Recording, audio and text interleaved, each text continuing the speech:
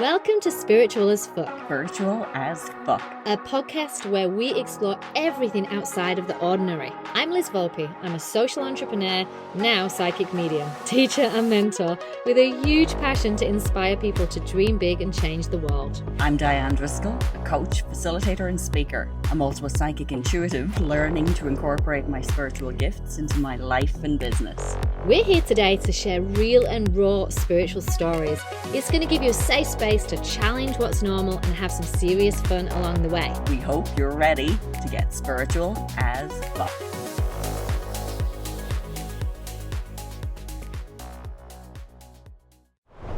Welcome back. Yes, it is that time. Every 2 weeks, Dianne and I are here, ready and waiting to share a spiritual topic. Today is no different. But I feel that before we kickstart on our topic today, I just want to firstly say a huge shout out to everyone that has jumped on board with our brand new channel membership. My God, have we been having some fun in that community, haven't we, Dianne? It's unreal. Absolutely. The engagement is just next level. Oh, it's definitely like finding the soul tribe. Definitely. It's so cool. If you haven't already gone to check it out, please do. I will put the link in the show notes and you can find it on the website everywhere you want.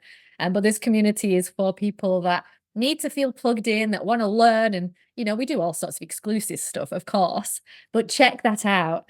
And the other mention is in not very long at all. We have the amazing, famous, spiritual, I don't know, guru in my eyes. You know, she's a novelist. She's been on so many different TV programs. She's been on the Spiritualist podcast, of course.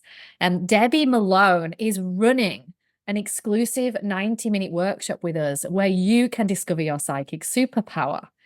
I mean, how is this even happening, Dianne? I don't know. It's like maybe Debbie foresaw it, but we didn't. No, we didn't. I mean, we feel pretty lucky right now. And yeah, if you haven't got a ticket, there are some left. So quickly go and jump on board for that. That's going to be pretty cool to spend 90 minutes with Debbie Malone. Absolutely. It is, right? Well, I reckon we get started. This is a funny topic today because I feel like crystals and talking about all things crystals is such like an obvious spiritual topic, yet we have always avoided. And that's not because we don't like crystals at all, but I guess it's never felt quite right. But it does to me now. Does it to you? Yeah, you think that when you're starting out a spiritual podcast, the crystals would be probably in the first 5 episodes. You just think it would have to be there. It's like we're in the 40s and we still haven't touched on crystals in a meaningful way. So, yeah. And, anyone who listens to this podcast, Liz and I, very scientific method in the back end of, choosing what topics we're going to speak about. It's all intuition led. It's like what feels right, what's the previous guest, what's the next guest, what just feels energetically right. And yes, crystals was like, oh my God, we need to do crystals. We have to spend some time talking about this. And we do have differing perspectives on crystals, which I think is interesting as well, because not everybody uses or are drawn to crystals in the same way. I mean, I love it. Hey, I kind of feel like crystals are my like little pals that sit around with me. You kind of just hope that they do work, right? I don't know, how easy it is to get true validation on crystals, but I do love them. I adore them, the colors, how they look, the different shapes and sizes. And, I love reading like the different meanings and going through the process of choosing them and feeling the vibes. And yeah, we'll go on about all of that today. But I feel like we should start off by saying that when we look back in time, crystals have been used since the very start in all of the ancient civilizations, from Egypt through to Greece. There's evidence in China. Crystals appear everywhere. So there's got to be something in it, right? Absolutely. Yeah, it's not just us. It's not just us. And there's so many different ways to love crystals and use them. Dianne, I'm interested to know, first of all, because I know that you're not a huge, massive crystal user, but you do use them. Yeah. Oh, I definitely do. I think I'm just not overly drawn to them. So if I take as an example, so my my niece, who just absolutely loves crystals, as an example. Like, she's so drawn to them. There's certain ones she can touch, there's ones she can't, but Oh, wow. she has an instant reaction to them. My daughter as well, same thing. Like she literally from a distance will decide whether she can touch a crystal or not. Whereas for me, I can pick up any of it. Like, I don't get Just a that. question on that. What is that though? Do they don't feel good, or what happens when they're like, Well, oh, even so, I'll give you an example. My niece, who's in her 20s, and then my very youngest niece, who is like 18 months old, wears an amber necklace. If when you're yeah, my kids teething. used to wear So them. literally, my older niece is in her 20s. She can't even go near her or touch her when she's wearing the amber. Like, it's amber What? for her. It's just Oh my sparks. Like, God. literally, it's like she fizzes with energy. And my daughter is the same. There are certain things that she just cannot touch. She cannot pick up. And if we go into a crystal shop, I'm fine. Like, I'll go and I'll be picking up this and picking up that, and I do feel a different sense of energy. But for my daughter, it's almost like she needs to get out of there. She cannot spend time in a crystal shop because it just completely overwhelms her. So you feel like that vibration is too high, or because she's so openly sensitive? Is that what you put that down to? Yeah, I think it is that she's openly sensitive, but I think I don't know whether it's different things resonate for people in different ways. And for me, I think crystals is not something that I'm overly energetically sensitive to. Whereas my daughter and my niece, I would look at them and thinking, oh, they're off the charts. It's like I have another sister, a sister who's, like, say, the Schumann resonance, and she'll feel energetically, she will be off the charts of things. I'm thinking, I don't really feel that either. So I just think that we're all quite different in how we relate to energy, and crystals being ones like for me. But I do use them. I'm absolutely drawn to them, and I have my own specific practices and my own specific favorites.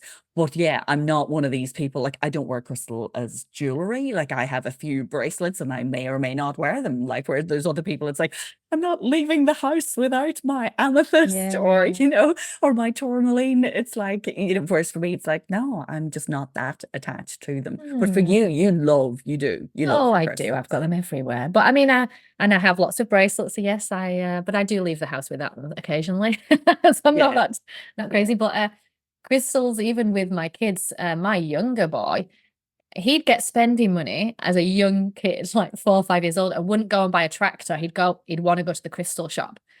So no way. Yeah, it like actually hilarious. Like we'd laugh because he got this huge collection of crystals.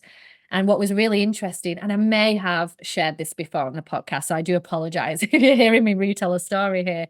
But there was one point, I feel like he was about 5 or 6 perhaps, and he had this big tub of crystals that he'd sit on one of his shelves next to his bed. And he went through this period of time where he just would not sleep. He started to say to me, I'm hearing lots of voices, and he was tossing and turning. And then I went to a psychic lady who said, oh, he's got way too many crystals near the crown of his head. He's too energetically sensitive. And we moved all of those, and we only leave a couple now in his room, and it's totally fine. So it is interesting that people pick up on things differently. That's so interesting, because I had been given guidance about my daughter wasn't sleeping particularly well, and I was told to put selenite at the foot of her bed, and that would that was good for insomnia. And I had done that, and again, because she's very crystal sensitive, it's almost like, just what are you doing there? I just did put it in a shoe. It's like, how do I put it down here without it being noticed? And then hilarious. But it just shows, sometimes we don't realize that. So if you are having problems sleeping, or if a child is having problems sleeping and you think there's crystals in the room, that may be something to have a little bit of a look at, because we probably don't realize the power of the energetics that they have, necessarily, or the amplification of that either.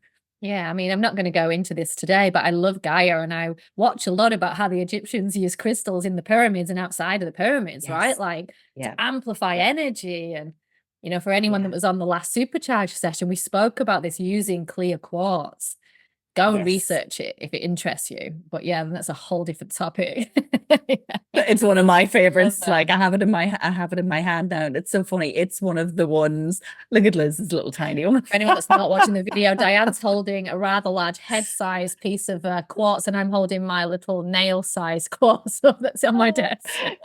But it's funny, even picking this up now, it's like instantly. I remember when I bought this, it just fitted my hand. So like, choosing a crystal as well, I think is a really, fascinating process. For me, it's not that I get an energetic feel from something. Like it doesn't feel like it's an electrical pulse or there's, fizzing energy. It's actually, does it fit into my hand? Does it feel like, is there a connection or a feeling that feels right? And this one, to this day, when I pick it up, I hold it in my hand the way that I lifted it on the day that I bought it. It's like my thumb, slips into this little groove that's on it, that it's just like, this You know what they was say, Diane? made for me. But Your crystal chooses you. You don't ever choose the crystal. that's true. That is so true. That is. Yeah, I It mean, is because we do things like that too. Sorry, keep talking. No, I was just going to say the fact that when you said that, I was looking for a piece of labradorite for ages. Like and I ended up buying a few pieces that I was buying them for the sake of buying them rather than buying them because they were calling to me or choosing me. And, like I didn't bring a lot of crystals from Australia to Ireland, but it was one of the ones that I took. And again, the minute I picked it up, like definitely the color of it, because labradorite and how it changes with the light. But again, this just fit in the palm of my hand as if it was made for me. And it's like, this one, I believe, chose me. Absolutely. Whereas the other ones, I think they were I kind of forced them. Yeah, I mean, we've all done that, Diane. Exactly. It was probably more than we'd chosen to get. I'm just going to buy this because I'm on holidays in Byron. I'm going to buy these 5 crystals. They match the wallpaper. I'm going to buy a couple of them. But for me, again, I feel like there's absolutely no right and wrong when it comes to, finding the right crystals. You can, if you really want to, go and read the little descriptions to choose them and specifically choose what you feel like it's needed for. But my belief is that actually you can, when you go to choose a crystal, I mean, my thing is I will stand there for a few seconds. I'll center myself. I'll close my eyes. I'll go into the zone and I'll ask the crystal to choose me. And then I'll walk over and I will intuitively be led to pick up the first thing I see. So it might not necessarily always be the nicest looking or the nicest feeling. It might not give me any like huge electric shock through the hand, but I go intuitively and I will always ask, all right, what is this going to be for? And I'll get that intuitive download, right? This one's going to be to develop intuition, or you need this one to put under your pillow at night to sleep. So I'll go with a message. Whereas in the past, I just used to buy, I'd get handfuls of the stuff and bring them home and put them around. Yeah, or I like this one and this one. It's like a pick and mix that you're just, choosing the great different pick and mixes, aren't they, crystals? Yeah, it's I love hearing how you choose them, because for me it is like I will go in, yes, I will center myself and I'm going in with an intention of being called to something. Now there are times I've gone in and I've thought, like I have researched something specific that I wanted to get. Like there may be a certain property or that, but most of the time it's I'll just go in and I'll be okay, be drawn to something. But again, I will pick up so many, like I will look at them, but it's more the feeling. It's how I feel them in my hand, and do they feel like they fit me or belong to me? Like it's a really it's just that moment of this one. Yes, this is the one. And there's like a little warm and fuzzy glow that comes over me, and I just think, yes, I'm delighted I found this one. Oh, I love it. I get my kids to do that. Does it feel nice? Yeah, it feels nice, Mum. That's the one. That's the one. Oh. Go on, so sorry. What's your favorite? I was going to ask, what's your favorite crystals? Like what, or do you have? I don't have, I have like my favorites to look at. They look beautiful, but I mean, I use specific crystals in my spiritual practice based on being a practicing psychic medium and working in education. So I guess the 3 that I have to have around, I always have an amethyst around. To me, an amethyst energy is completely turning on every single psychic sense for me. So when I have that around, I will program that crystal to be there to heighten my psychic senses. It also does one other really amazing thing, which, I haven't tested out as such, but placebo effect, whatever.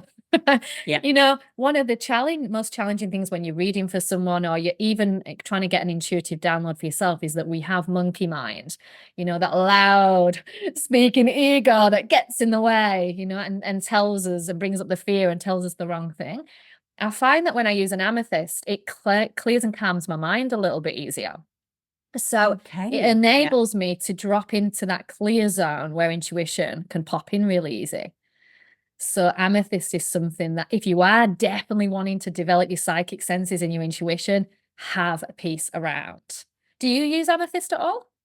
I do. Like, I have a couple of pieces of amethyst, but it does nothing for me. But now I'd love to. The fact that you have made me aware of this, and I guess that's the thing, we educate each other as we talk about these things. It will probably open me up to something different, or I'll play about with that now that I'm thinking, oh, okay, let's see if this works for me. But yeah, amethyst. And I know it's such a popular crystal, but it has just never really done anything for me. And the one I have, it's beautiful to look at.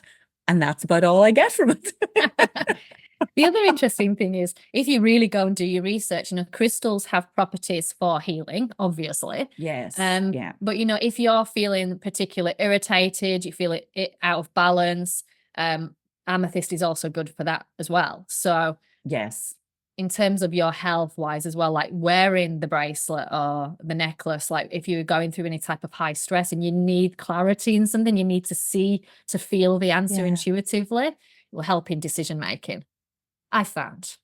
Oh my God. It's interesting because one that I was actually guided to, so a spiritual mentor that I had in the past had told me to get Lemurian quartz. And I hadn't even heard of it at the sounds time. really nice. I want some just because it says Lemurian.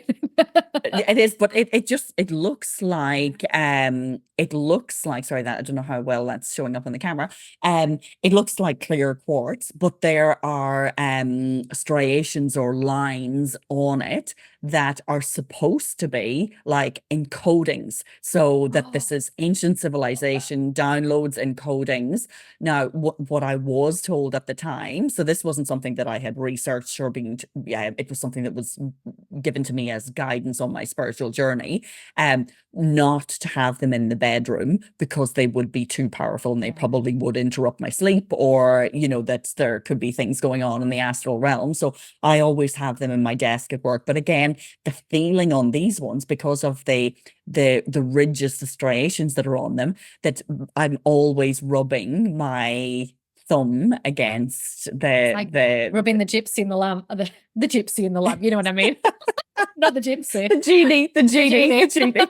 Well, then maybe you all know what you meant. You'll get gypsy instead. You're more likely.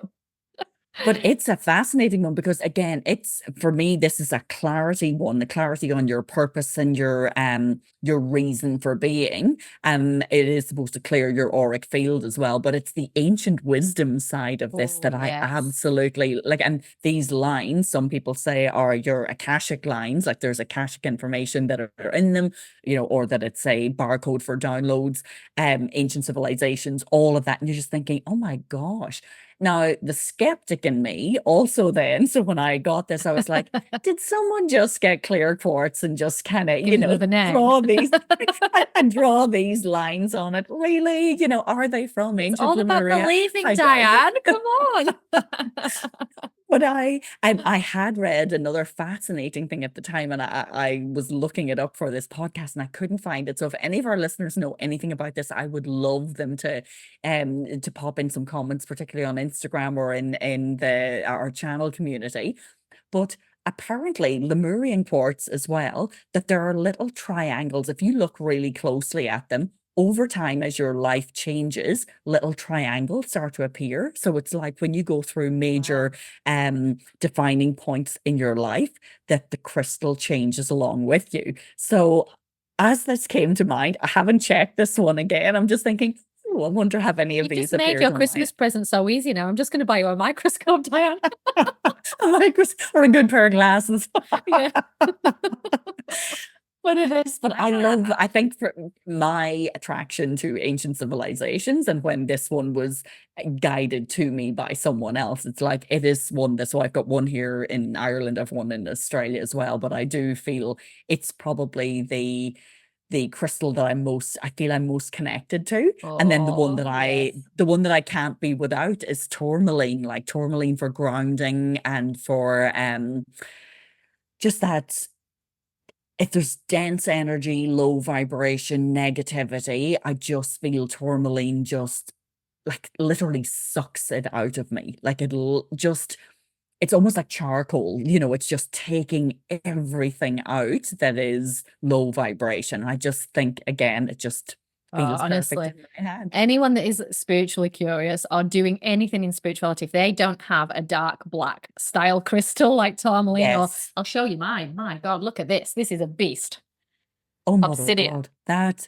It's I love beautiful. obsidian. Like and this has to stay on my desk, because Yes. the problem I've always had when I was going through a spiritual awakening is that I almost always felt like I was living in the clouds. I was making connection. I was living in my head, or not in my head, in the sky, really. And this one brings me back down to earth. It's grounding. It balances and stabilizes the vibration of the room I'm in. And it actually helps me survive and live as a human as well as a psychic medium. A 3D. This is your 3D stone. Bring me Proves back I'm still alive. And this was actually, and the reason I love it so much, the annoying thing is when you move it, loads of bits come off because it's just It's not a polished one. Yeah, it's not a polished one, but polished. Yeah. this was used by Aztecs and Mayan priests to not only ground energies, but to predict the future. So it was actually used to build temples and things back in the day. So I love that old ancient civilization connection as well. Makes you feel and it's used in Egypt as well. Yeah, Egypt was big in obsidian as well. So yeah, love it. But I would love crystals, good for shadow work too, just saying. Yes, anything that you're doing that is on that darker side or denser energy, or you're going through something tough, it is, any of the darker crystals, I just feel that are very supportive through that. Yeah. I'd love to do a shout out just while we have everyone listening, that obviously on Instagram, or whether it's in our channel community, just let us know what your favorite crystals are as well, because we love knowing, like, you may be someone that you've got something really exotic that we don't know about, and then Liz will be off shopping for a new one to add to it. But I've thought about starting my own crystal shop many times over, by the way. Saved me a fortune. No, it'd be so good, so good. But they just have like the properties of crystals as well, and the way you use them. How do you use them? Like, obviously you're saying for grounding, you're saying then that, just for clarity. Is there any other way that you use them in your day-to-day, or maybe it's a monthly practice, anything like that? Honestly, lots, but really sporadically and really random, because it's all intuitive led. And I always get information through in readings on, you need to have this crystal and you need to use it in this way. And it's always like completely random. So, one thing that I do get over and over for other people is to place crystals on their window sills around the different points of the room to clear energy. Healing, a crystal that I'll turn to a lot when I body scan myself. If I'm feeling, as an example, like I've got some type of an energetic block in my throat, I'll use a crystal connected to that, which would be lapis lazuli. So I'll use it for healing. I use it in meditation, definitely in meditation. Again, going to any type of like opening crystal, like a quartz, going to selenite that you mentioned earlier, even before I go into meditation, to use as a wand to kind of wave over my auric field to cleanse and clear my aura. But holding crystal in meditation can kind of do all sorts of different things.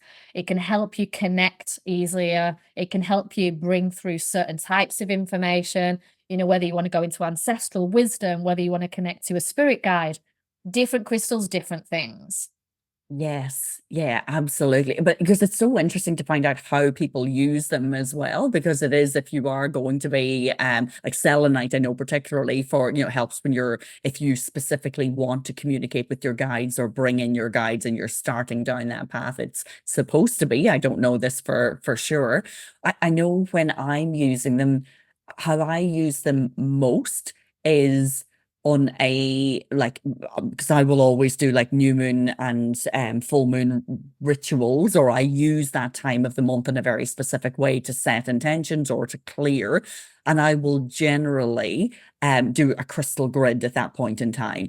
And it's normally, so like I have a piece of selenite that has the flower of life symbol on it, and I have another one that has Metatron's cube on it. And I will just be intuitively guided to whatever, and they're all little, like tiny little crystals that I'm putting in, but it's what am I trying to draw into my life? And most of it is around manifestation. So it's like, okay, what do I believe I need to call in, or what energies do I need for the coming 2 week period? Because it's normally, because it's new moon and full moon.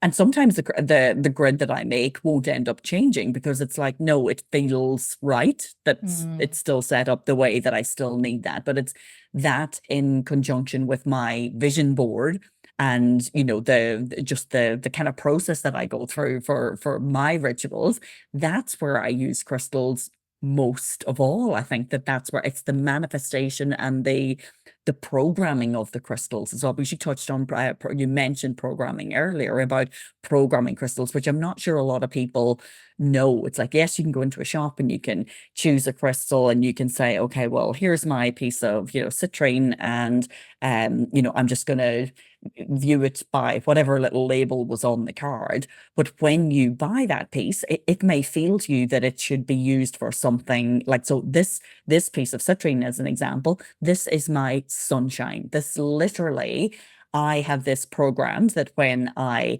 lift this up and I touch it, I feel happiness, I feel joy, I feel sunshine. And I, more than any other crystal, charge this in the sun to take the energy of the sun. But that's the intention. So I know then that when I pick it up, I instantly feel that I'm instantly connected with that, feeling that sensation. So we can program our crystals. And you mentioned, I think, was it around it may have been amethyst, sorry, when you were saying about having all of your chakras aligned or clearing your energy centers. Like, do you do programming of your crystals?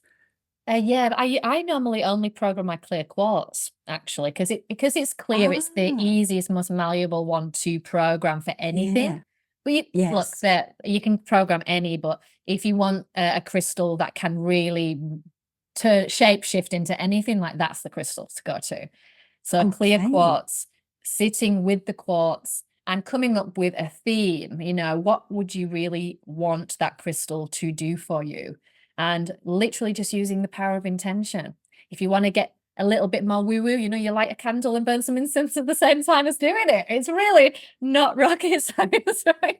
But hold it and affirm and set the intention. I want you for this, I want you to bring me that soulmate relationship. I want you to help me manifest money. I want you to heal that dodgy leg I've got right now, whatever it is. There's no limitation when it comes to programming crystal. And what I will say is, one day you just won't feel the power anymore, or you won't feel like you need it. And then you can leave it, and then you can reprogram your crystal over and over again for different things. It doesn't mean that it's that one thing forever. So you use them how you want.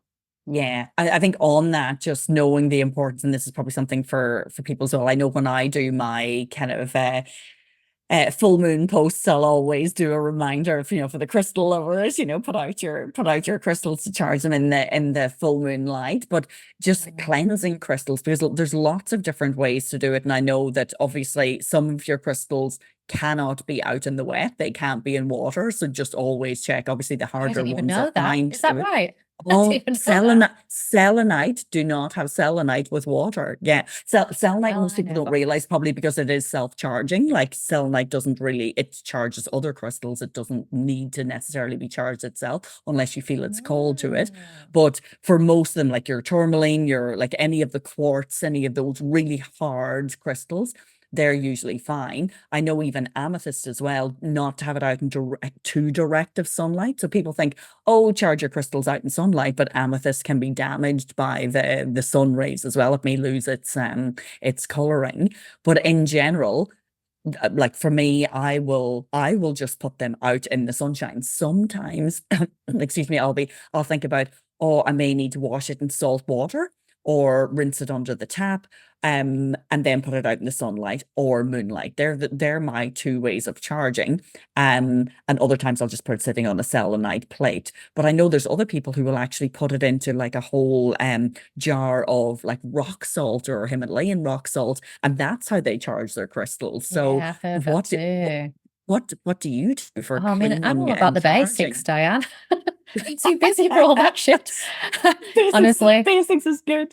using light, using sound. I know that you have a sound bowl. That's something that I always encourage my students to do, is to place your crystals in a sound bowl and allow the sound vibration to cleanse, to clear, and to, bring up the vibe. Because that's what crystals are. Crystals absorb vibration and Yes. frequency. So you can Yeah. basically supercharge your crystal, place them around the room, and you're getting whammed up, you're getting supercharged in the energy of the room. So yes, sound and light, that they're my go-to. Yeah. I must remember that, because I am sure you have told me that before, and I'm sure I had an aha moment thinking, oh, I need to do that. And I still haven't done it. Well, my bowls are back in Australia at the moment anyway, but still I've got tuning forks and things that I can use that are, a little bit more easily transported. But yeah, sound for clearing, that makes so much sense. And you know what I Really love crystals for more than anything else is that, we're not all as lucky as me, and I get to like work in my little space surrounded by shitloads of crystals. But if you're going into the corporate environment, you can quite easily sneak a number of small crystals either in your laptop bag, place them around your desk. No one's going to ask you any woo-woo questions, but it's balancing your space. And that's the key to using crystals, really, is creating an environment where you are going to be able to work at your best and Yes. to absorb any outside peoples that sitting on the desk next to you or walking past having negative conversations. They are going to almost act as a force field around your desk to absorb that Yes. energy before it gets to you. So it's worth giving Yes. it a shot. Definitely. And as you said about the darker crystals, like, I mean, any of the dark ones, they're really good to use. And if you're someone who works with computers and technology, shungite in particular Yes. is very good for electromagnetic frequency. So, but it is one that you do need to, or I find that you need to cleanse or recharge it a lot more, because it just seems to absorb so much. And I always get the sense, like, I don't know this. It's not like it has a little flag on it says, I'm full. It's just, I always feel that it needs to be cleansed and charged more than any of my other crystals. Yeah, and you got that right. You just know yourself, intuitively know when you need to clear them, cleanse them, stick them out in the moonlight. I don't think you should be beating yourself up if you're not remembering every month or whatever. Do them when you need to, but know that when you do, they probably will have a good impact. Yeah. So yeah, tons and tons of uses. The one thing that we haven't mentioned, which I always find super interesting, are crystal balls. We've probably all got a round crystal at home, but obviously ancient methods of using these beautiful polished round stones to predict the future. It's called scrying. Have you ever heard of that before? Scrying?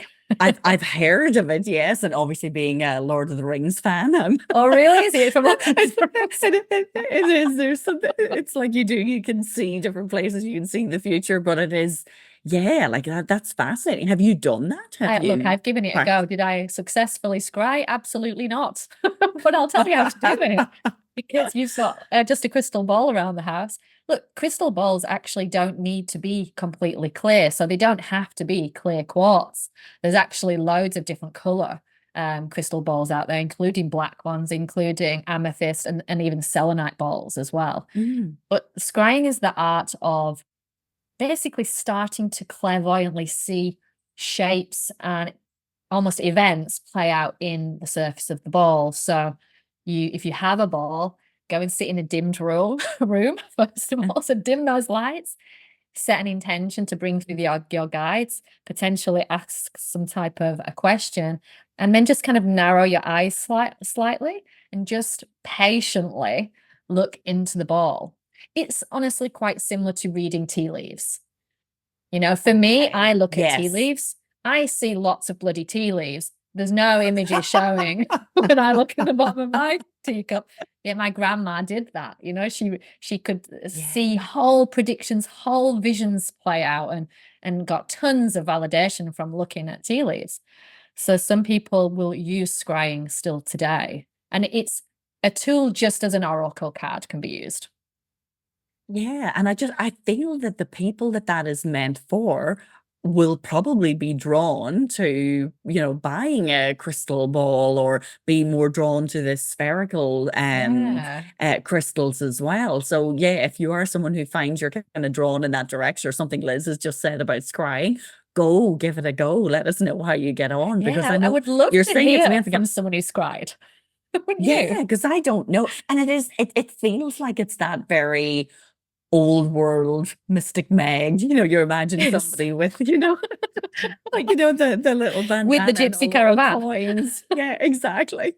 It's not something that I have heard of recently. So yeah, I'd be fascinated to know if anybody uses it, and I'd love to give it a go myself. Oh my God, if we can find a scrying master out there, I would love a workshop. Oh my Please God. come and find us. That would be so cool, wouldn't it? A 90-minute channel workshop on scrying. Oh my God. Can you imagine? We would all be signing up for that. Definitely. I would Yes, just so love to good. see the image of like 60 people all holding a ball on the screen. That would be a pretty funny photograph in my eyes. Oh God, dear me, hilarious. Keep us posted if you know anyone. That's it. And the other thing, I mentioned it quickly, is using crystals underneath the pillow, just small ones, and only one at a time. But I feel like crystals have got such incredible healing properties that if you are experiencing anything and your energy is kind of really ebbing and flowing, or there's challenges and you just can't get clarity, programming a crystal, a clear quartz perhaps, putting it under the pillow when you go to sleep can help promote clarity. It can help kind of clear any imbalances of energy, open the chakras, bring in the intuition as well. Rose quartz, really great one for putting under your pillow. Yeah, I don't put rose quartz under my pillow, but I have a big rock of it beside my bed, and it is like it just makes me so happy. Like I Yeah, just lots of feel love. love, exactly. It's pure, like, unconditional love. And I ended up removing a lot of crystals from my bedroom. But that one for me is like, no, that is meant to be by my bed. Absolutely Oh love it. yeah, I love rose quartz, and for anyone that just needs to work with their heart space, like definitely have it really clear, really near. Other things I do, always have 2 or 3 crystals that travel with me everywhere in the car. It's almost those are set to keep us safe. Put a force field around the car, keep everything running really well in the car, the balance. Travel with them, obviously, because I'm scared of flying. If I could travel with a big bloody case full of crystals to get on a plane, I probably would, Diane, if it didn't go over the weight limit. Yeah, it's funny. My daughter, because she gets very travel sick, in particular, and in the air, like really, really bad. But hematite, I bought her a hematite bracelet, and again, like those darker, crystals. Like for her, that was a very grounding one. And in the beginning, she was totally skeptical about it, and then you just see it appear on the airplane, or she's on a long car journey, and it'll be brought out as well. And like it was good that I was able to get one that was a child, like a younger person's size, because a lot of the time, when you buy one for an adult size, it's going to fall off a child's arm. But it's if you do have a child who is feeling car sick, or they just have that sense where they need to be grounded, it is a great way. Just get them a little bracelet or a little crystal that they can hold, and even just the physicality of rubbing it, even if you're not getting anything energetic from it, it's just knowing that there's a sense of comfort from anything like that, whether it's and hematite, I just find is a lovely crystal for that. And well done, Mum. Like, I think encouraging kids to play around with crystals, like that's really important, and to show them, well, you know, if you need that extra little bit of bravery going to school today, like why don't we just boost this crystal and pop it in your school bag, and no one's going to know it's there. Like you can forget about it, but you've got a little bit of extra help in your backpack today. I feel like that's a really nice thing to do. Yeah, it's like a secret superpower that you're bringing with you. And even it's like, yeah, a little bit of mum goes along with you, or dad, whoever's, you know, popping it in the backpack with you. There's just so many ways to use crystals. And I know for me, because I don't use them in lots of different ways, I'm fascinated to know Are you inspired to use them more now we've had this chat, Dianne? Yeah, definitely. Yeah. And I think I want to, I want to explore that. Definitely, there's something in it about the sound, and the clearing of the crystals that I want to look at, and definitely the scrying. They were the two things that I'm like, oh, you know, but it just shows you don't know about these things until someone says things. So again, just I'm dying to know what other people are going to come up with, what our listeners are going to come up with and say, oh, this is my favorite and this is what it does, or here was my experience. Because even for my niece, when she sparks, you know, off the amber, which it shocks me, because I think, wow, you have such a, like, that's a huge reaction. Whereas for me, it's like, yeah, okay. I love that. So I guess that's the challenge set, everyone. You know, jump onto Instagram at spiritual.a.f and share your photographs. Send us, tag us in your stories. Show us your crystal rooms, your piles of crystals that you have, and definitely share maybe anything that we haven't mentioned today. You might have a specific use on any of the things mentioned: clearing, cleansing, using, because we're always up for trying something new. Dianne and I, we're very adventurous like that. So please get in touch, and we hope you have enjoyed yet another chat. This one's been a good one for me. I've enjoyed it. And I'm going to go and have a little play with some crystals right now, Dianne. Sounds good. See you next time. Bye-bye. That's it for another episode. Thank you for listening. Did you know that we are building a movement of 1 million people who are spiritual as fuck? We would love for you to join us. You can start by leaving us a review on Apple Podcast. Every month, I'm going to intuitively choose one person and do a psychic reading for you. So follow us on Instagram, send in your stories and topic suggestions, and join the movement at spiritual.a.f.